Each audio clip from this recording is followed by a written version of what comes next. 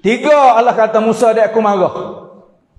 Mu tengoklah apa mana pun, kabilah mana. Pertama, musim rusak. Tak turut khandak dia. Musim cocok tanah tak usah hujan, Allah bagi binasa habis. Musim perlu pada hujan, tapi Allah tangguh sampai kering. Kering bumi, kemarau, binatang apa, semua susah. Musim telah rusak. Dua, Allah kata Musa, dia aku marah lagi. Aku tak kena dah penduduk bumi. Aku nak hantar pemerintah. Orang tanggungjawab, orang ada kuasa, pemimpin. Yang, maaf dia kasar kelima. Urdu yang tulis gitu, bewakuf hukuman. Pemerintah yang bodoh-bodoh. Siapa Nabi kata hak bodoh? Tak ada bila. Bukan. Orang hak tak syidik. Kenapa hak tak syidik? Dia tak ada fikir tentang kehidupan lepas pada mati. Tak ada fikir akhirat. Tak ada buat rancangan. Tak ada kira bercara. Tak ada ambil pada di awal.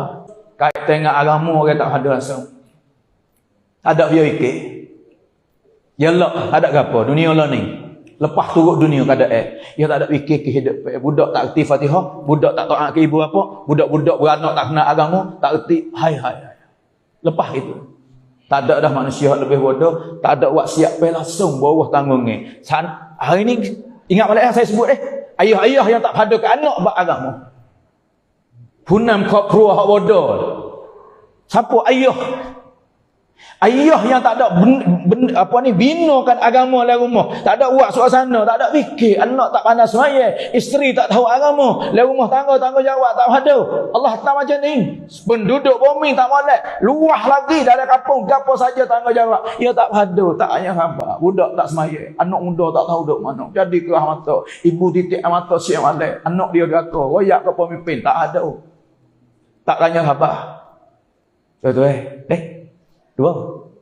Yang ketiga, Allah kata Musa, dek aku marah lagi, aku nak cuah mal, khazanah. Harta benda aku nak cuah hidup dalam milik orang-orang yang bakhil. Allah wi harta kepada orang bakhil. Tak usah kata sedekah sunat masjid agama tak email perlu ke apa Muslimah nak ke apa? Anak muda wailun nak buat ke apa dari segi kecekam kaitan dengan agama? Dak, bukan hak sunat. Hak wajib zakat pun tak bau di tangan dia. Allah marah, Allah cuah pada orang bakhil, tak ada. Tak hanya khabar.